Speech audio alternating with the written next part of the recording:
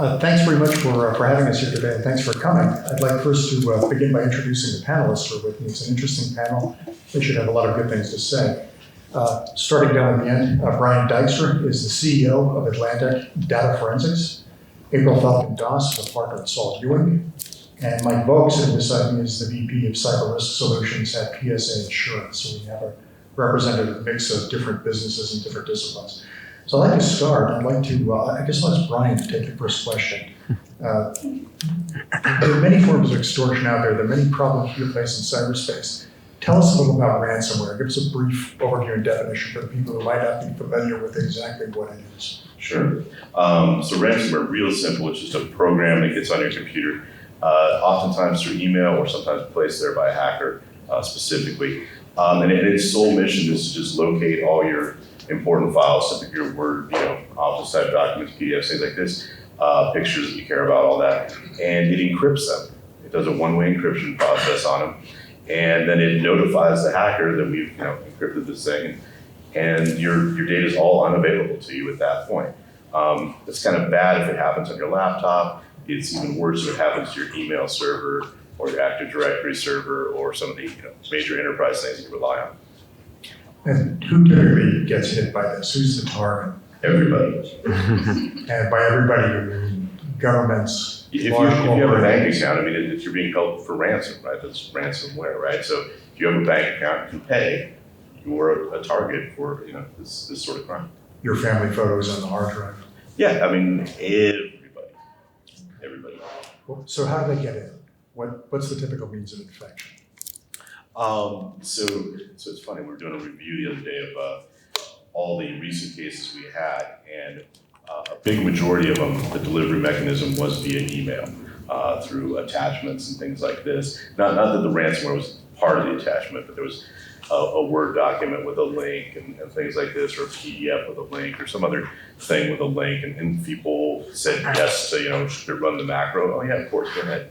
Run the macro that downloads the ransomware, things like that. So that's the typical method. But about 50% of the time right now, what we're finding is the ransomware is only a byproduct of there's an actual intrusion. So there's real hackers in your network. They've been in there for months, years sometimes. And on the way out, as a way to monetize their activity, they'll specifically distribute ransomware on the network, after they've collected up everything else. And I'll ask this next question in two parts. I'll have Mike take the first part and April the second. So if we pass the mic down. So ransomware is a risk. And there are three things you can do with risk, right? You can mitigate it, you can accept it, or you can transfer it. And as for in the insurance, you can fake it. Do one of those. So the insurance sector is concerned, of course, with transferring risks. You're well acquainted with risk management in all of its aspects. Tell us what the typical effects of ransomware are, and I'll ask you to talk about that from the point of view of a business. Typically, when we see a client that has ransomware, hopefully they have insurance. We've recently had a few cases where a business has an issue, they contact us, we've told them about cyber insurance. They haven't bought it because it's not something that they have purchased in the past, and they didn't really see the need. They get hit with ransomware and they're on their own. So they're on their own to both do the investigation, the things that Brian's team would do. Should there be a further breach, if somebody was in there for a while and there was sensitive data that could have been accessed, then they'd have to bring in legal counsel to figure out what to do about that. And they're on their own to figure this out. Most likely, if they didn't purchase cyber insurance, they probably don't have an incident response plan either. So they don't have a real good feel about, okay, so what do we actually do? Who do we bring in? How do we deal with this?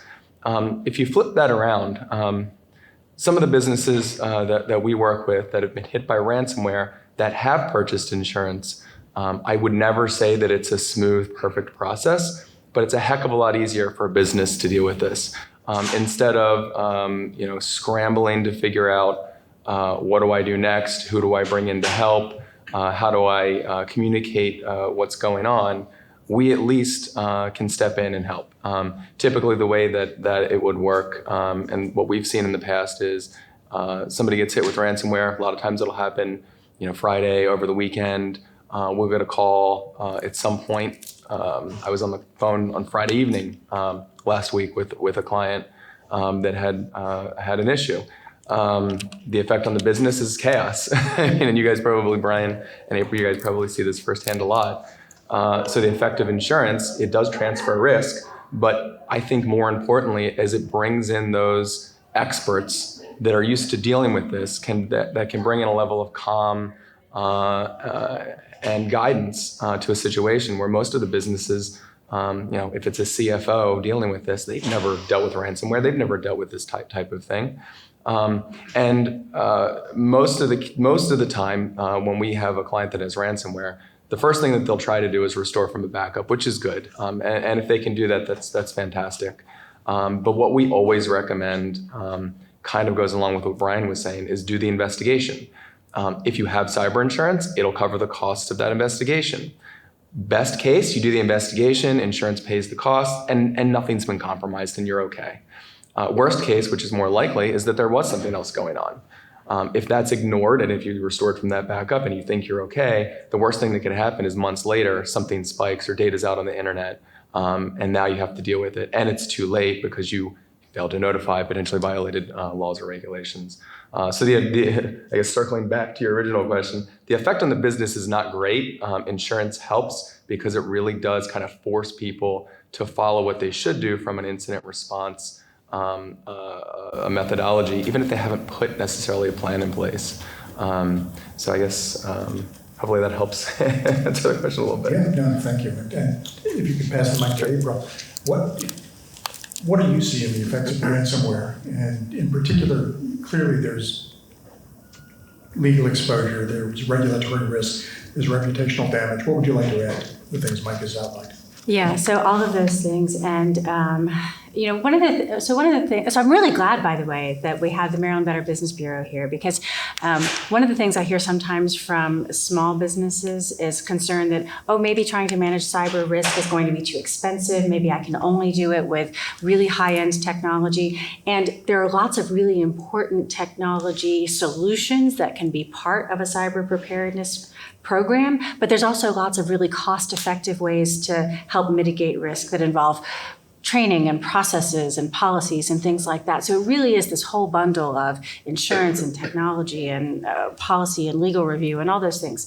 In terms of the legal risk, first and foremost, if you get hit with a ransomware incident, you might think, great. In one respect, from a legal risk, you might think, hey, I can't access any of my stuff, but nobody else can access it either. The problem is the regulators don't necessarily view it that way. So a couple of things there. One, as Brian and Mike both pointed out, the fact that there's been now successful encryption of all of these files does mean that there was some penetration of networks, some access to data, and it could mean that there has also been exfiltration of data. Often, I find that businesses that aren't customer-facing, people who are in some kind of B2B market, think, I don't have a whole lot of, I'm not a retail company, I don't have credit card account information, so I don't have to worry about data breach laws, right? And the answer to that is, actually, you might still have to. Employee information is covered by data breach laws. So if you have employees and their information was compromised in a cyber incident, then you have to at least assess whether or not you have some regulatory compliance obligations there. If you're in particular business sectors, you have heightened risk. So anybody who is a covered entity for healthcare purposes under HIPAA has some very stringent regulatory obligations. The regulatory body that oversees HIPAA enforcement has issued guidance saying that ransomware that touches servers or files that contain protected health information is presumed to be a reportable breach. And you have a very short time frame to do an investigation to try to prove that there was no actual compromise. And so that's absolutely something that you want to have legal counsel involved in. And the other thing is that on any kind of incident, it's really helpful to have the incident response directed by counsel. And That sounds self-serving because that's the role I play. It's not intended to be self-serving. In fact, you'll see that most insurance policies require this in their response. Here's the reason. If John has a data incident and he's got an insurance policy from Mike, and Mike says that one of the approved legal providers is me and one of the approved forensic response vendors is Brian, I can say to John, let me bring in the vendor and I can engage Brian, and everything that Brian does in his investigation, because it's done at the direction of counsel, is presumptively covered by attorney-client privilege. That means that in 30 days or in 3 months or in a year, if a regulatory agency wants to come in and rake John over the coals and say, why didn't you do a better job to prevent this? Or if litigants come in and say, we want to file a lawsuit against you for allowing this data to be released. Brian's investigation, I can protect. I can at least try to protect it. I can make the argument, you know what? This is all attorney-client privileged information. This was on behalf of the client. It was at the direction of counsel. And so we have a really good basis to try to maintain confidentiality. So it's useful from a legal risk perspective. And it's also really useful because when you can protect information from disclosure that way, when you can maintain confidentiality that way, it allows Brian and his team to do a more thorough job. It allows the people he's talking to in John's company to be more forthcoming because they don't have to worry like, oh, if I admit to this, is it going to look bad? Am I going to get in trouble? Because you really want a fulsome and thorough investigation around people, processes, and technology to understand what happened so that you can assess how could we further mitigate risk going forward, what happened, what's our risk, and how can we do better going forward. And it gives you more latitude to make really sensible business decisions about how to apply your resources and when for further risk reduction. So having counsel involved can be a really useful piece on immediate, straightforward legal risk like regulatory compliance, and also more broadly in confidentiality of the investigation. Let me ask quickly a question to the audience. How many of you here are from a small business? That's what I thought, a little more than half. So we'll keep that in mind as we talk through this, because a lot of this can sound as if it's directed at a big corporation, but in fact it's not. And the legal issues can be surprisingly complex sometimes. There are cases where businesses have, for example, held pretty good cyber insurance coverage and had their claims denied on the grounds that some of the most interesting cases have been where there's been a war clause in the insurance policy. So I'm sorry, we're not covering that. That was an attack by the Russian government. That's excluded by the war clause in your policy. And these are the sorts of things that you will need legal help to work through. So if counsel is leading the response, walk us through a typical response. Tell us what a small business should do when they come in and find that their files are encrypted. Yeah, so the first thing you want to do is you do want to reach out to, depending on the way your policy is, if you have insurance, depending on the way your policy is structured, it might say that you have, for example, 48 or 72 hours to notify the insurer of your intent to make a claim. It might have a hotline number for you to call. If there is specific guidance or direction in your policy, you want to be sure that you take those necessary steps because you don't want to miss the opportunity for coverage simply because there was a gap in that notification process. And then once I get a call, the first thing I do is talk with the client and say, so what do we know so far? And then I call Brian and I get us on a three-way call and we talk about what do we know so far. Yep. And then we put in place the paperwork to make sure that all of Brian's work is done at direction of counsel so that it's all privileged. And then Brian begins the technical forensics work. Yep. While Brian is doing the forensics, I'm looking at legal risk based on the factors we know, based on the kind of business, the kind of industry sector, any particular regulations that might apply around those data breach laws and similar things. Yeah, and then depending on the nature of it, if it is to have regulated data, we're actually doing 2 investigations at once. So I'm trying to, as quickly as possible, assess what regulated data was potentially encrypted or accessed, and provide that to April as soon as possible. And then separately, we're doing the whole contain the data breach, eradicate the ransomware, and help the client start to move towards recovery, getting their self back to business ready during that time. But we actually don't do any data breaches, regardless of what type of data breaches, without bringing in counsel on it, because it's just way too risky for everybody involved. And I'd be poorly representing my clients if I didn't tell them about that. So I'll let Brian keep the mic and I'll ask the Can I follow-up. quickly respond? Oh, yeah, go ahead, please. Okay, so the first thing I wanted to just quickly mention, so we get questions constantly about the work exclusion. So the cases that I think you're referring to, what I've seen, and please anybody correct me if I'm wrong, is that claims were made against all perils property policies, not necessarily standalone cyber policies. So the key there is, if you want to make sure that cyber claims are covered, you need a standalone policy. The insurance industry is pushing businesses in this direction because those policies are not designed to respond to cyber incidents. The second thing is, so everything that you guys both said is absolutely correct. What I'm finding from clients is they're super hesitant to start the process. So what I do, if you have a cyber policy, call your broker.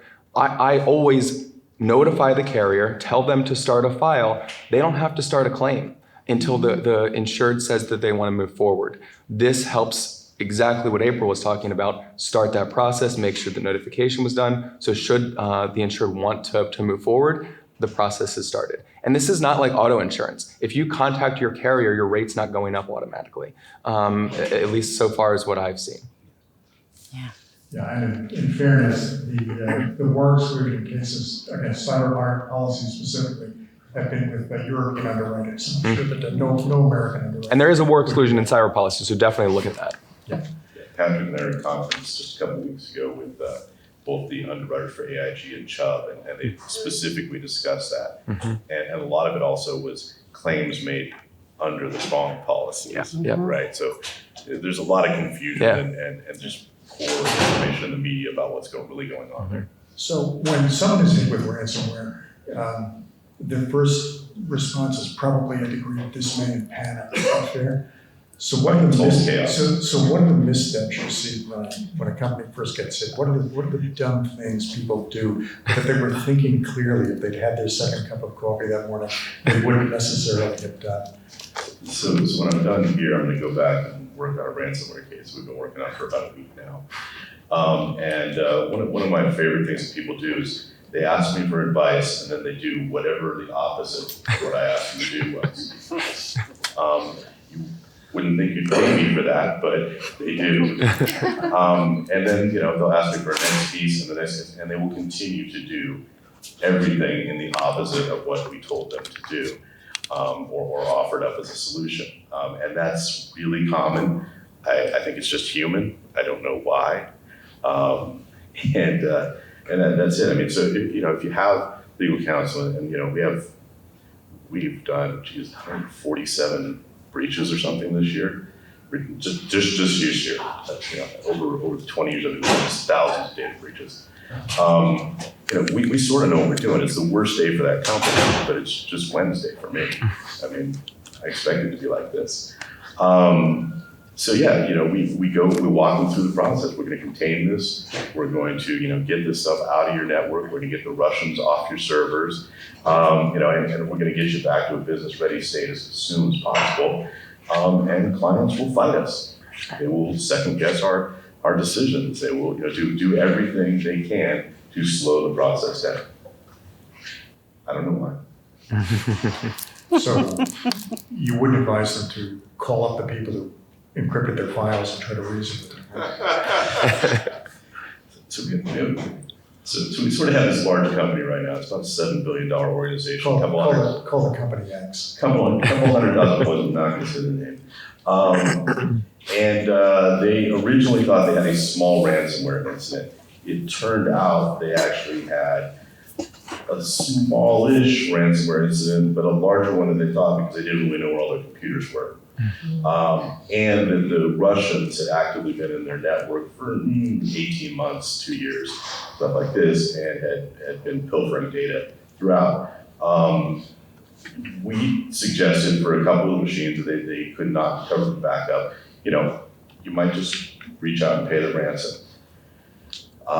It's $500 or something like this, just minor. Don't engage with these people. Just offer up. We'd like to pay this. Tell me where to pay it at. They decided what they should do was fully engage with the hackers and try and talk them out of having to pay it all. And we suggested that that was a poor idea.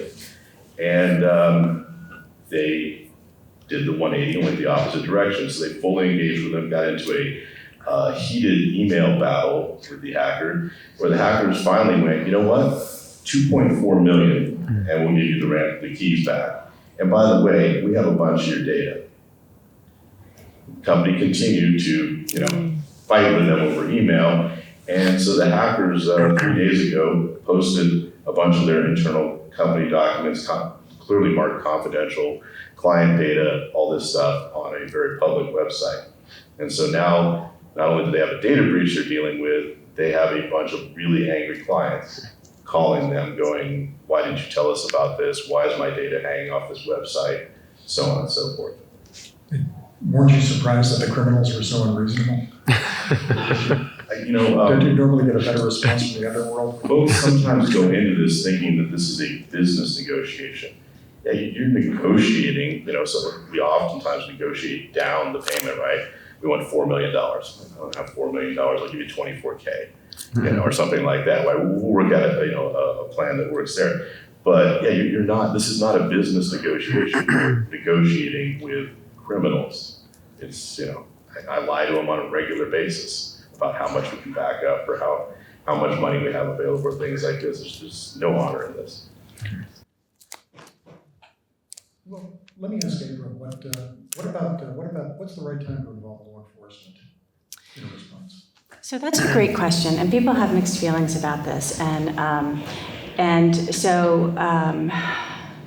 Here's what I have heard traditionally from people who have been reluctant to involve law enforcement. There has been a concern that perhaps the FBI or the Maryland State Police or the Cybercrimes Unit for Northern New Jersey or somebody is going to swoop in, seize machines, take them out of the businesses' offices, and that's going to further slow down the recovery process.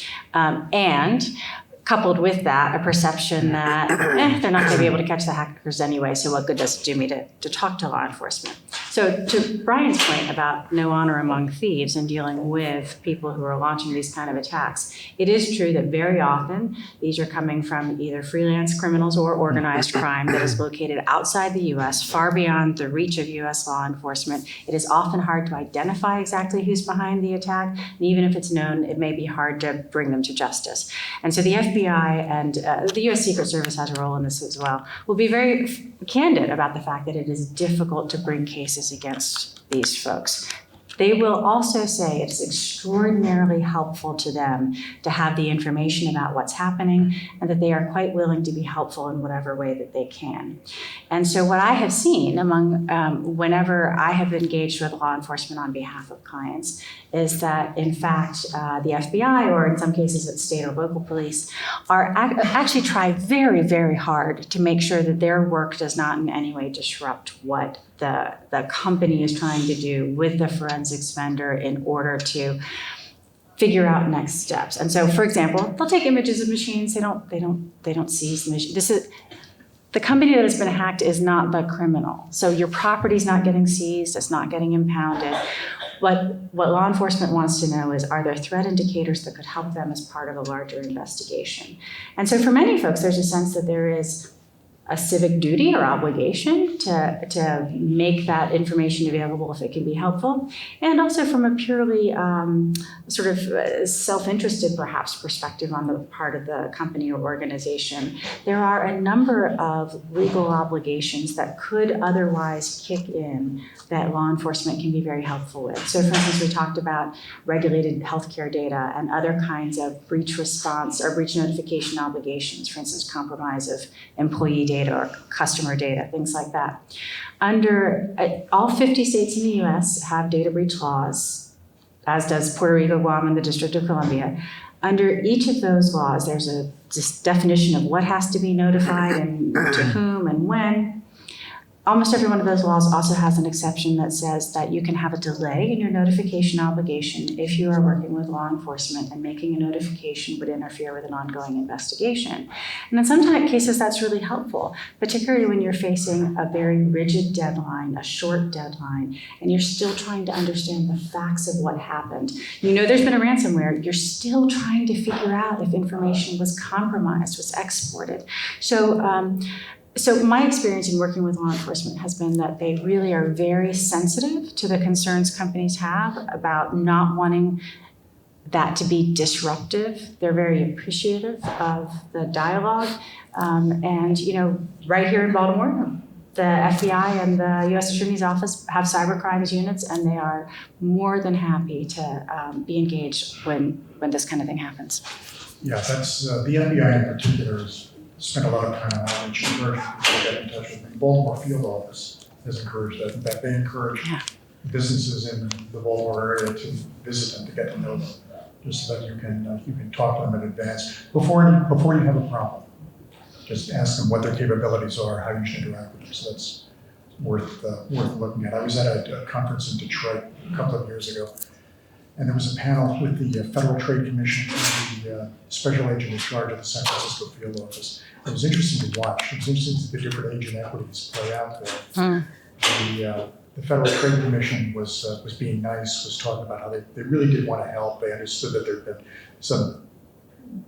some rough water in the past with them, but they wanted to help. The FBI got up and they were very direct. And I remember the agent saying, I've been authorized by the Deputy Attorney General to tell all of you that if you're the victim of a cyber attack, we will not treat you as a villain, as a perpetrator. And moreover, and he looked directly at the FTC rep, we will not share any of your information with other federal regulatory bodies. Yeah. That was interesting to see. Yeah. So I have a very different. you got a different perspective. Yeah, but you're basically on the side of the criminals here as well. That's one. Let me start with, I taught cybercrime at the FBI Academy flying for 6 years. So I'm well versed with the organization and how it operates, or doesn't operate, or whatever it does. So to some extent, I agree with Abel, and they're much nicer to Abel because she's an attorney and she's scary. Than they are Brian, some cybersecurity something or other. They can significantly hinder an investigation, not because the organization intends to, the FBI, the Secret Service, things like this, but because the client executive management will place false hope on this agency. Well, the FBI is going to come in, or the Secret Service is going to come in, or blah, blah, blah, this investigative agency has to come in, and they're going to solve all our problems. Like they're bringing this, SWAT team full of people, because I saw that on NCIS, and they're magically going to clear this up, and they have tools, investigations, that they're going to arrest the hackers, and I'm going to get all my data back, and none of that's going to happen. None of that is going to happen ever. What they're going to do is they're going to send one agent in, they're going to sit down, they're going to spend some time with you, they're going to ask some questions, they're going to say things about this that help us out, share your information with us, and then they're going to hopefully leave. But sometimes they then spew other random ideas, which further makes my life difficult. On the case I was just talking about, the nice special agent came in and he provided some data that he had printed out off a website to the client that had nothing to do with the nature of the data breach as intelligence information. I read it, it had nothing to do with what we were dealing with. I'm not sure why it was provided or what the point was, but it did successfully spin the client off into a direction that I didn't need to be focusing on when we were trying to get the Russians out of their network. So the lesson is don't think that the law enforcement people are going to manage incident response. Yeah, That's right. they're not going to. They're not going to provide significant help. What they're going to do is try and collect some information about it. I am 100% in favor of, after we've got it contained, after we've got things taken care of, providing them with that data. I think that's good for everybody. Yeah, and I know we're focused on ransomware here, but I'll just mention one thing where I think it's particularly important to look immediately at whether to contact law enforcement. And that's in the case of a business email compromise where, you have a hacker who's maybe been doing a little social engineering, knows that John, who's the CEO of his company, is out at a conference in Detroit because he posted something on LinkedIn about it, and they fake an email to the chief financial officer that looks like it's coming from John saying, I need you to transfer funds to this account right away, please do it. And the really helpful person in the company says, oh, boss says to do it, I better do it. And the company has just been a victim of wire fraud that was facilitated through electronic means. And there's a bunch of different ways that plays out. I mean, there's different flavors of that. But if there's been a wire fraud, not only do you have different insurance implications, because maybe it's a crimes policy, not a cyber policy. There's a lot of complexity around it. But I would just say that is the one type of cyber event where you really want to be thinking right away about whether or not to bring law enforcement into that, because it may incrementally increase your chances either of getting return of those funds or at least getting information about the bank accounts that it was wired to and so forth. So a little bit of a tangent there. I completely agree with that. Business email compromise, I'm going to ask a question of Mike here, and before we get back to the world of crime. The business email compromise is interesting because a lot of that comes down to corporate leadership and corporate policy. That if a business makes it clear to all its employees, look, no one is ever going to email you and tell you to transfer funds. No one will ever do that. They're likely to be on their guard. They're less likely to fall for that. When the boss told me he would never email and say transfer funds, what's this? I'm not doing this until I have someone on the phone, until I talk to someone face to face. So these are leadership and management issues. Getting back to ransomware, though, is there a bigger picture where we are in danger of fueling a bandit economy? That the insurance sector is often accused of quietly encouraging businesses to just pay the ransom. It's a cheaper way of recovering. Is this just encouraging things? This is like paying a ransom to a terrorist, giving a terrorist demand. I mean, it's hard for me to answer a question on that scale. What I would say is that I think having cyber insurance that includes paying ransom is a good and appropriate thing to have in your toolkit right now.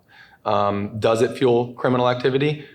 Maybe, but if it's not this, it's going to be something else. It's available in the marketplace. From my perspective as a broker, if I were to not offer this out of my philosophical beliefs, I would be doing a huge disservice to my clients. But back to the earlier discussion, so paying the ransom could be something that you would consider. Brian mentioned that he's looked at this. April's talked about it a little bit as well. But it's just one piece. This is unlocking files. It doesn't fix anything. So that's why you need to think about, okay, so maybe we pay the ransom to get these things back that we cannot recover. But then somebody's been in your network. There's malware there. There could be other things going on. So the more important part of the insurance buy, and I know the ransom coverage gets the headlines, and that's what people talk about. I don't think that's the most important part of a cyber insurance policy. I think it's the coverage for the legal expenses to consult with somebody like April to figure out what our responsibilities, or bring somebody like Brian in to really do that thorough investigation, even if they may not listen to you and do something different. But either way, those expenses are covered. So I think we focus on ransomware because that's what we see. But the other pieces are way more expensive than paying a ransom, and they're much more impactful on helping a business recover. Does it fuel the criminal economy? I think us having businesses with technology and data fuels it. If that goes away, we no longer have this criminal economy. I don't.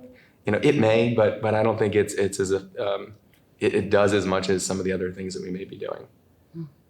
Federal law enforcement a few years ago, almost 10 years ago now, actually said that was something you might consider doing. You might consider under some circumstances paying the ransom. That's changed. That they are squarely against. I mean, there's been some development in the last 24 hours I slept through that they now have their faces pretty much set against paying ransom during these circumstances. But to give you an idea of the kind of thing that Mike is talking about, the relative costs, look at a big ransomware attack like the one the city of Atlanta suffered. Right? Atlanta has spent in the tens of millions of dollars to recover from that, and they're not done yet. The ransom demand was, I think, under $100,000 for that. So there are a variety of responses. There are some cases where well-prepared businesses or organizations can shrug off a ransomware attack. They clean the networks, they make sure that they've found the initial infection, they get rid of it, they properly back their stuff up offline, they wipe their machines, they restore, and they go about their business. The St. Louis Public Library system did that about 5 years ago. Others struggle. And it's interesting to see how that works out. So tell us why you think these ransom guys are trustworthy. There's honor among thieves. That's one of the rubrics they hear all the time. It's these, if you pay them, they just won't return the key to you. That's not true. That never happens. I hear that in law enforcement all the time. I hear that from other government talking heads. It has never, ever been my experience. You pay it, it's business.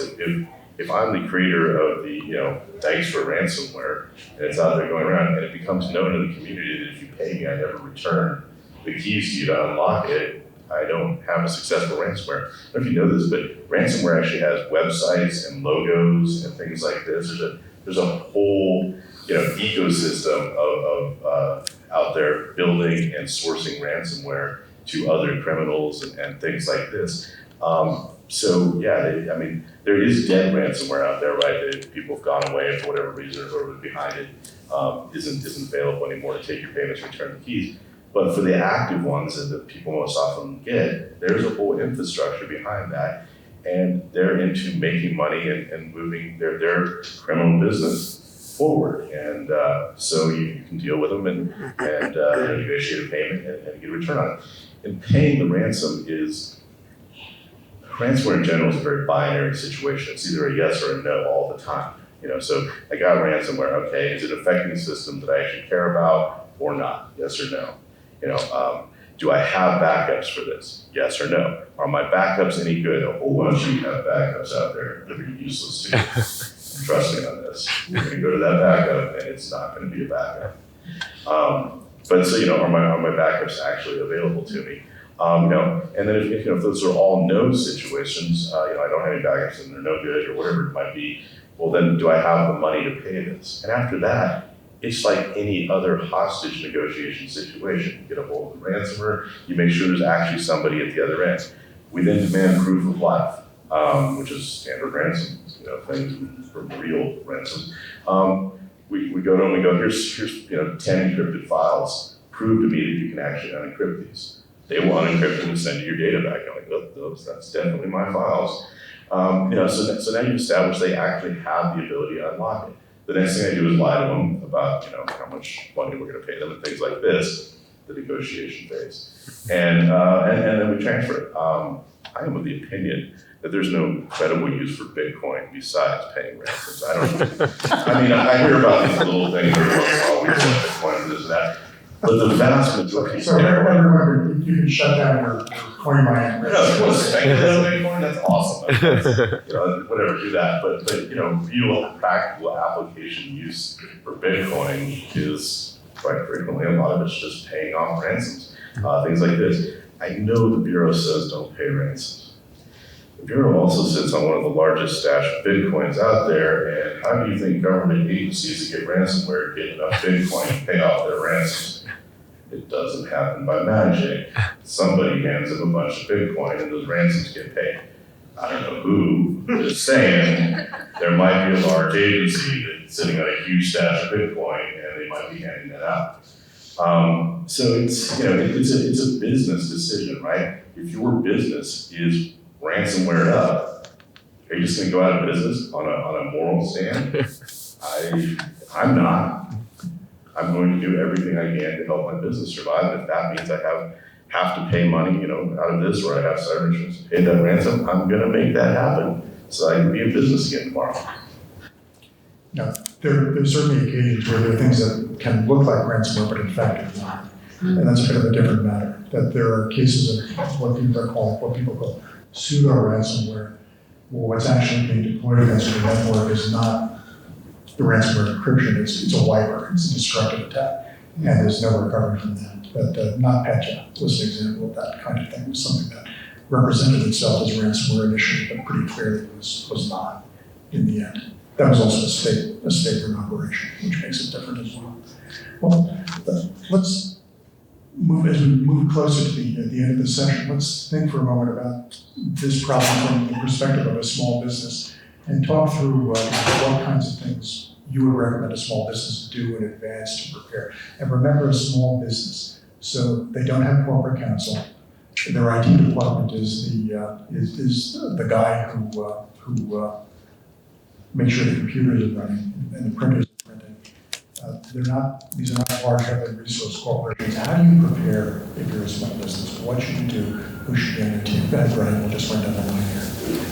Right. So ransomware and a lot of other data breach stuff is not necessarily a technical problem.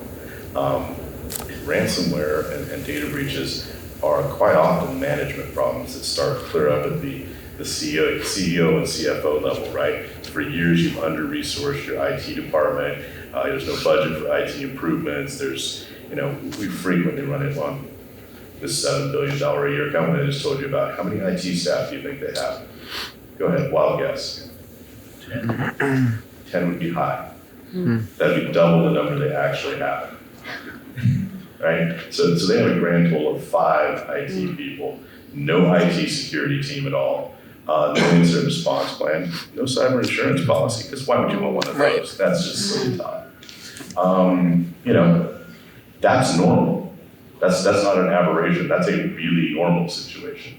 So at all those levels of management, you have these failures that they eventually lead to the ransomware, the data breach, things like that. And then you step down a level, you got COO level or business line director level. They're demanding that this old legacy system that can't be patched anymore stay online. It's the only thing we can use, and that's never true.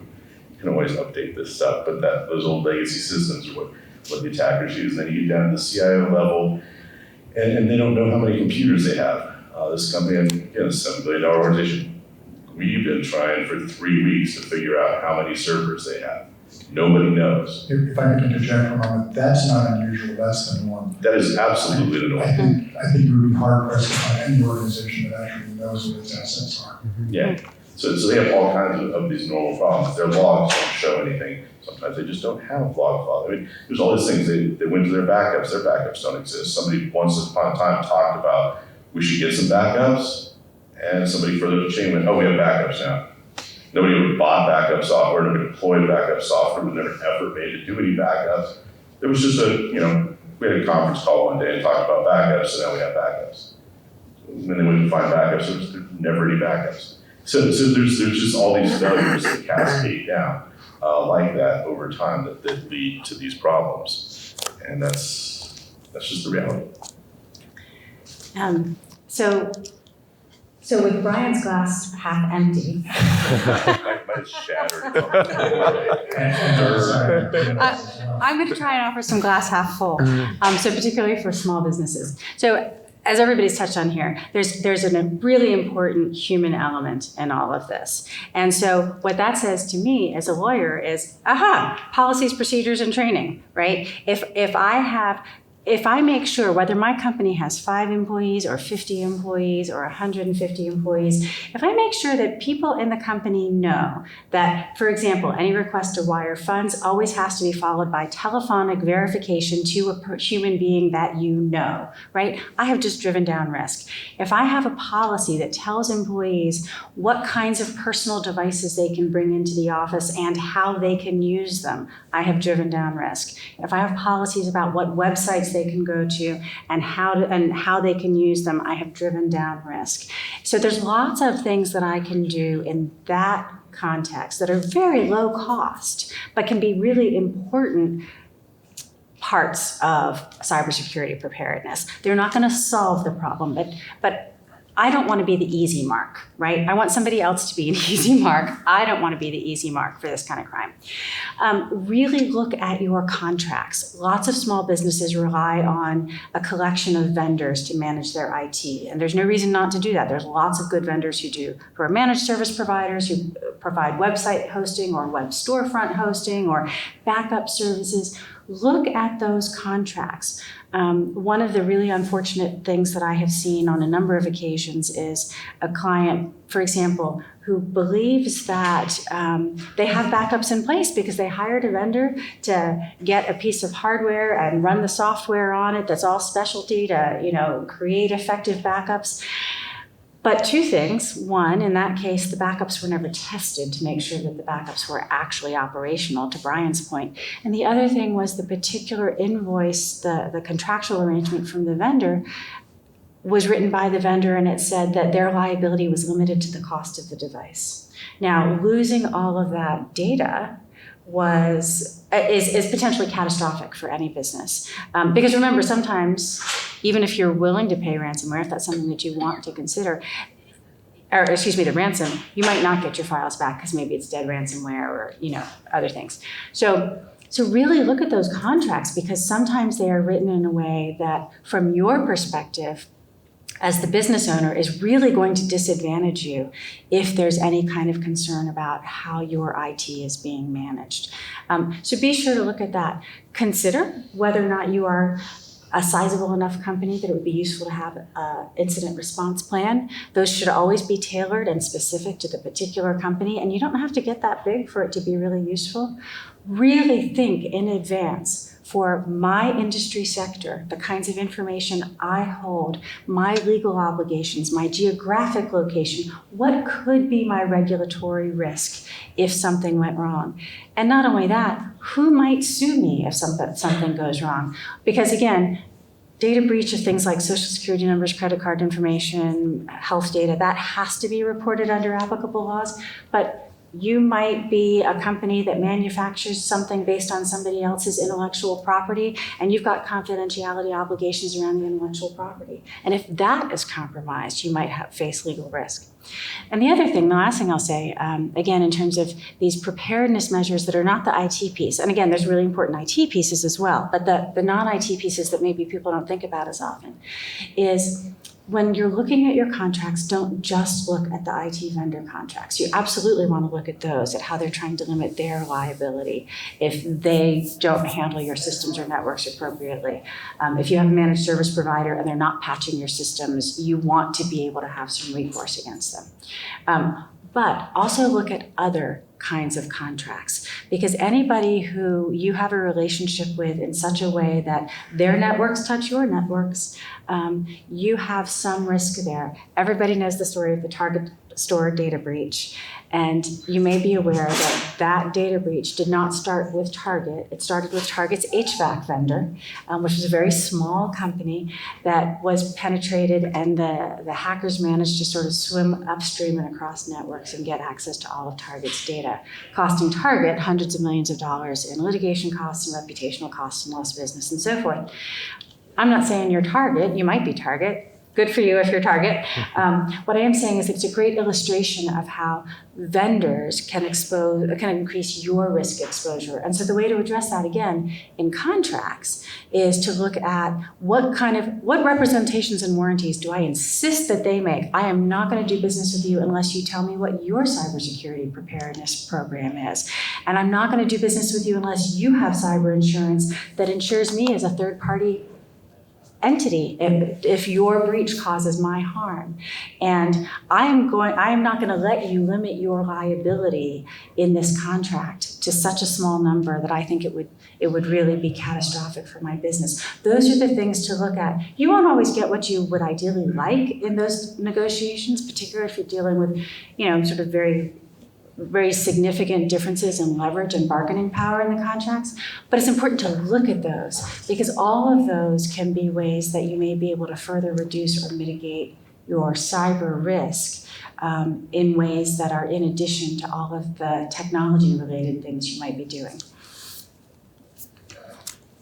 So I'm probably going to repeat a lot of the things that were already said going last, but I guess the advice that I would have, and this really comes from conversations with small businesses. Typically, the person in a small business charged with making decisions about cybersecurity and risk management are somebody in, a financial position, maybe a CEO, doesn't necessarily have the background required to really understand all of the complexity that we kind of touched on today.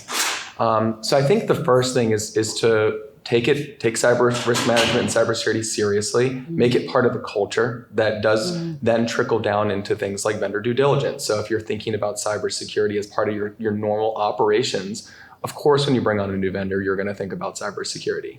That doesn't happen overnight. So one of the ways that I think you could get this started would be to sit down with the team, start a very simple data mapping project. Think about how you collect data. After you collect it, where does it go? How is it transmitted?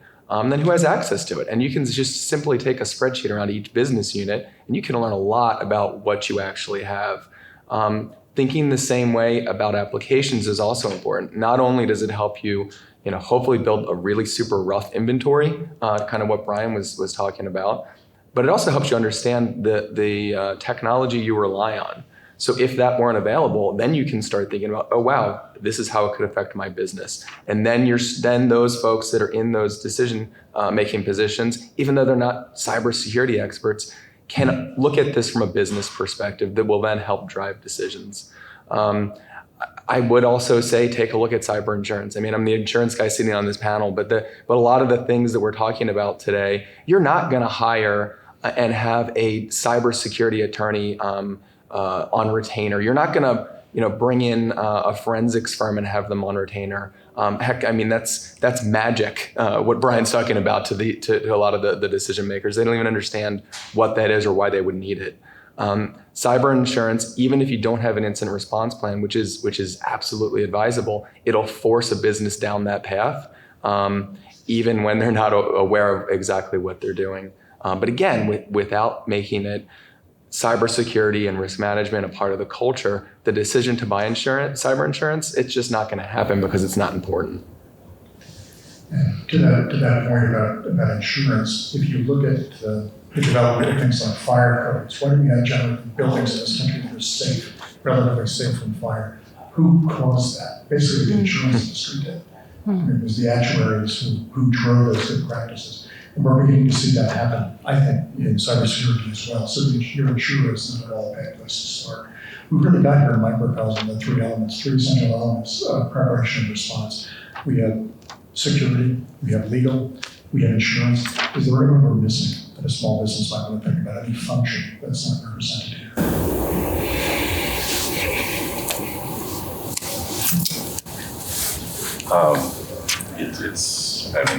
Maybe the company itself. I mean, that's where it starts, right? Companies have to take some responsibility for doing this on their own, and they frequently don't. And it can be really simple things. You don't need really expensive stuff to do. In fact, most of the things that will help you are free. Patch your systems, just patch, like they're free. Microsoft sends out patches, Apple sends out patches, things like this. Run antivirus, anti-malware programs. I know there's a bunch of Mac users out here right now that think they don't get viruses. You're wrong. The number one type of malware on a Mac is credential stealing. It's harvesting your credentials, your user ID, password, your bank account logins, your Amazon account, all that stuff. I mean, that's what it does. There's like 5,000 different variants of that out there. Actually have backups, have computers. But these are all things you have to do in-house as a company, but they're really simple things. You have to do extravagant things, really simple, almost free things. Two-factor authentication, or what they call multi-factor authentication, right? User ID, password, and some little other generated number. That will save you from tons of account compromise problems. The client lose $8 million this spring because they couldn't turn on free two-factor authentication. So you skipped the free option, but you gave away $8 million. Seems like a good business plan. Yeah, and I think, to Brian's point, this should always be tailored and specific in a way that works for you, right? There are lots of high-end, sophisticated, multi-layered approaches to take. There are also multi-layered approaches to take that are not complex, that are low cost, that are very sensible and straightforward. So it really is about what is going to work for your particular company or organization based on all of your assets and your risk profile and all of those things. So I guess maybe the person we're missing on the panel is somebody who's done this from the enterprise technology side into small business. And it might be because those people aren't really there. I think that could be why we're missing them. But I think there are free resources. And I think for a small business, simplifying the scope of the effort is really important, because you could get really bogged down with things like, the NIST cybersecurity framework, which is incredibly helpful. But if you're starting there, you're probably not going to get too far. There are some basic guidelines out there. The Center for Internet Security, top 20, they've even broken it down into chunks. Carnegie Mellon has a University Software Engineering Institute has, I think it's the 11 cyber hygiene steps that are really kind of in business terms. Even the Australian Signals Directorate, I believe, has a pretty cool one where it even gives you like the difficulty to implement. So, while we might not have that IT person here or the cybersecurity person, it could be that, CFO looking at this stuff and figuring out a way to do it. And the nice thing about here in our region in particular is there are a ton of really smart people and businesses that can help implement some of these things. It's going to cost money because security is not, it's not free, but it's becoming a necessary part, a necessary expense to operate today, and it should be treated that way. I'll add one challenge you'll face that you might want to think through. There are a variety of ways of addressing this. You might want to think about how you communicate to your customers and your vendors, your stakeholders, your partners. That's important. As you get large enough, if you have a PR and marketing firm where you get them involved early, they should be on the scene as well. So to sum up, I think we're about out of time. To sum up, the problem of ransomware is fundamentally a problem of risk management, and that's fundamentally a problem of management. And we are, I think, going to have time after this where we can mingle, and I encourage you to talk to any of the panelists, ask any questions you might have. I'd like to thank the panel very much, and Stacey, thanks to you and to the Tech Council for having us.